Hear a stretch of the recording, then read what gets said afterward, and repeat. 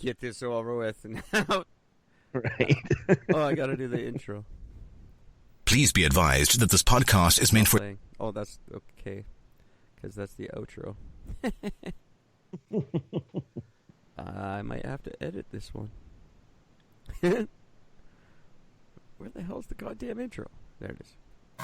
This is Eric and Gord. What if we're right? Listen to the world changing. Oh, well, hi there. Happy Thursday. It's August the 6th, 2020. And I'm Eric, talking at you from Kelowna, British Columbia, Canada. Where I don't know the date or time. Where I wonder how many people believe that Black lives matter, and how many people really just believe that white guys don't. That is a great question. That appears to be the disconnect that I discovered today. Hi, world. Thanks for listening. Thanks for telling your friends. Hey, Gord. How's it going? Hi, Eric. I fucked up my big toe today. Oh, I'm sorry to hear that. That sucked. I was literally just walking upstairs, and I had my slipper had partway come off my fucking foot, and I jammed my big toe up on this weird upward angle, and it just sort of slammed it because everything just went all fucked up my foot, and it's been just slowly getting more painful as the day and evening's been going. So, well, must be nice to have slippers, Whitey. It's part of my privilege. Yeah, I think some of the worst injuries, although most people won't admit it, so probably a lot of the worst injuries are caused by falling up. Yo, absolutely. Without a doubt. Falling down sucks, painful. but falling up is the worst. Because falling up usually requires or ends up becoming falling down as well. So you're getting the best of both worlds. That's true. You trip, you stumble forward, and then you fall backwards because your balance is all fucked up. Well, kids, let me explain my intro a little bit to you. I had the pleasure of joining a Facebook friend of mine on his YouTube show, Talk It Out. It's a great show, and he's a great guy, and it was a lot of fun to do it. I was the only white guy on the panel, and that became very evident very quickly.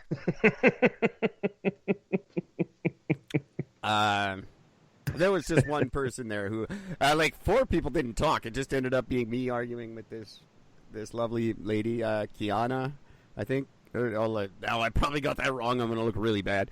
I believe it was Kiana. I don't know. I showed up 45 minutes late. Which probably didn't help my position. Like, I'll that's just your privilege. In whenever I want to. That's the privilege of being white. I don't have to be on time. Stroll in 45 minutes late. I sat down. I was like, so is everyone ready to begin? Because whatever you're talking about is not important. White man is here. No, they said, well, and then just to, not to put too fine a point on it, but they're like, oh, we spent this whole time talking about Beyonce. I was like, oh, typical. Yeah. Of course you did. I know nothing about her. I'm glad I didn't. I liked her in that white guy movie she did. Oh yeah, she was in that Mike Myers movie with all the white people.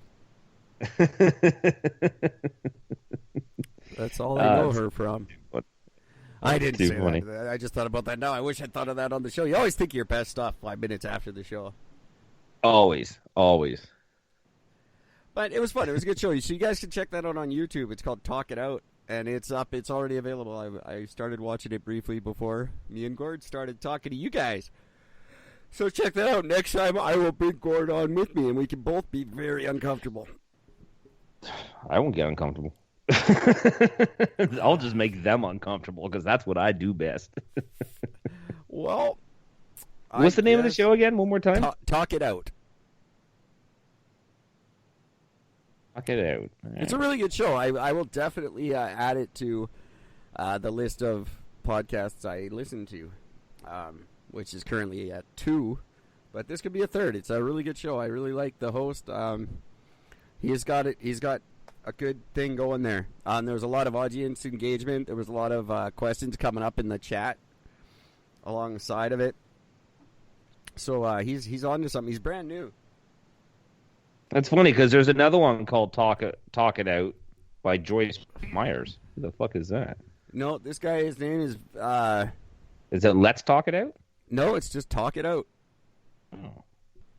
With, I forget the guy's name now because he's such a good friend of mine. So good. What the hell? Now here we go. Back to me and Gord Googling stuff. Welcome to Eric and Gord Google shit. Did you find it? No. It's the only thing that comes up. I will find it. It's the third one. When I pop it up, it's the third one. Talk It Out Live, episode 7. How do I share this? Oh, there it goes. Talk It Out Live, episode 7. Got it. Okay. A multinational mingle. Got it. Okay. It was fun. Cool. It was good times. Anyway, not Joyce Myers. She's right below. No, I'll do that one next. That'll be next on the list.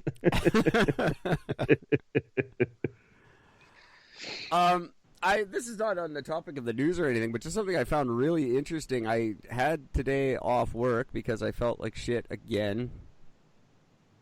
I don't know that I'll still have a job, but I watched a documentary. It was a very long-winded documentary called The Lou Pearlman Story, and it was all about the boy bands of the 90s and how they all got fucking screwed. Yeah, Lou Pearlman was a fucking rat bastard. Oh, he was man. terrible. I've never really paid much attention to the whole story, but my God, did those guys... Backstreet Boys, 5 years into their career, and selling 10 million albums a week, and they made 10 grand each. Yeah. He also... Wasn't he also the guy behind New Kids? Or no? No. He was inspired. He spawned by all New the second Kids. generation. He did every other one after that. Yeah, 98 Degrees and ripped every single one of them off. But he literally had it. His first two were Backstreet and NSYNC, and he pitted them against each other, made them hate each other, while he managed them both, and paid neither band anything. Like, they were selling out around the world, and they all got a check for $10,000, and that was all they ever made. Yeah. They were, like, living in their cars and shit, but they were fucking the Backstreet Boys. It's like, wow. I hate them all a little bit less now. I guess. Fuck them anyway, but...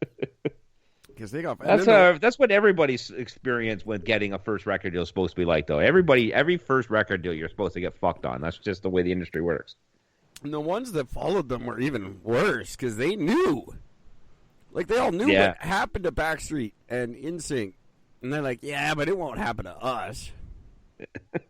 He just did it to those guys. And then the next one would come. You hear Ashley Angel from O-Town. And he's just like, that was, we signed. We read what happened to NSYNC. And then we saw Aaron Carter. And then we were like, we signed anyway.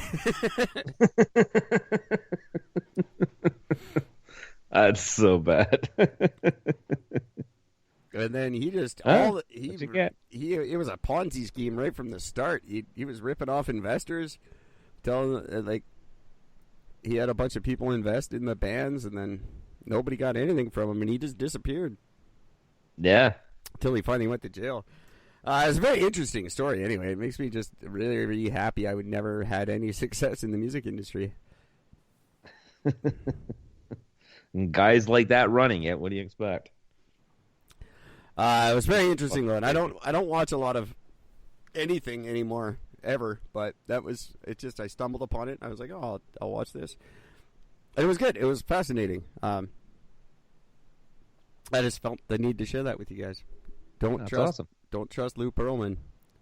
Don't be a boy band. I think that's what you just be a boy band. That there's so many reasons not to be.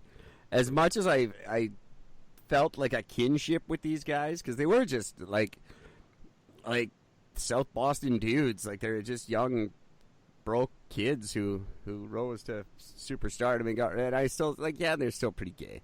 Like I was like, yeah, I feel I can sort of associate with them, but you're still the Backstreet Boys. Yeah. I still don't identify with you. No. Although, would I have done it at their age? Probably. Absolutely. Oh, without a doubt. Why not? All the pussy you can get, and if you're into it, all the dick you can get. Either or, yeah. And they all just bang Britney Spears. Over and over and over again. You could have had anyone in the world, and all 10 of you just bang Britney Spears all the time. That's when you knew you were starting to make it. Oh, I get to fuck Britney next week? Yes, we officially made it. Even the gay ones. They were Yeah. The gay one's like, well, hey, it's cool. She takes it in the ass, so it's all right. Yeah. That's terrible. Terribly funny. I feel bad for Britney now. I don't. My whole perspective just changed. I do. I feel bad for that lady. She just... Oh, man. I feel like the way I feel bad for her is because I feel like I could get her now. Like I believe I have a shot with her, and that makes me feel bad for her. Brittany, I feel really bad for your situation. Can we fuck? I don't do that. All right, I don't feel bad for you. The fuck out here. And not to mention, like, it wouldn't be cool anymore. Like, if I brought her to a party, it'd be like, hey, guys, look, right? I'm with Britney Spears. Everybody would be like, ew. And so is everybody else. Thanks. I'd be like, no, but I'm with Britney Spears. That's cool. Like, it just doesn't have the... People like, can you just make sure she doesn't sit on the furniture? Yeah, like, it just doesn't, you know... It's kind of like just being Britney Spears' boyfriend right now is kind of like being the president of the United States. It just doesn't, you know, it's just not what it was 20 years ago. Yeah, exactly. That's funny. Oh man. So that's been my day. I hate myself for being white and poor. And by the way, poor white people, we still don't get to complain. We're still way better off than everybody in the world, apparently. Yeah. Only black people have hardships. I didn't point out that I live in a van in my parents' driveway. Yeah, but because your parents are white, they own a van. In a driveway. Yeah. They took their key. They took their spare key, so I couldn't get in their house. That's my privilege. That's your white privilege.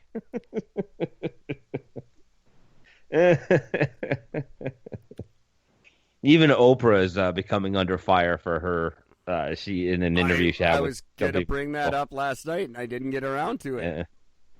Yeah, she's up in shit for that one for basically saying that everything's Whitey's fault. Yeah, when you've got enough money to buy the world, you don't get to complain about it, Oprah. Yeah. You prove that oppression doesn't exist. Go fuck yourself. Well, let's be clear. I've said it before, and I'll say it again. Does white privilege exist? Absolutely. Of course it does. You can't deny it. Stop lying. Can you get around it if you're smart and probably a little ruthless like Oprah? Yes, you can. 100%. Yeah. That's how you make it. You have to be ruthless. Don't tell me there aren't successful black people in the world, and it's you had a black president, for fuck's sakes. Come on. There's still no woman president in the U.S., but you got a black one. Yeah. So the oppression seems to be sitting on women right now, not on black people. I'm sorry. Oh, he's like on both, absolutely, 100%. But it's not Whitey's fault completely. And I'm just not. I don't accept this anymore. I'm not going to feel guilty for what happened 200 years ago. I'm not going to feel guilty for what happened 60 years ago. Blame the oppressors. Don't blame the fucking race. Exactly. That's just racism. That's racism. Although no one will admit it. Yeah.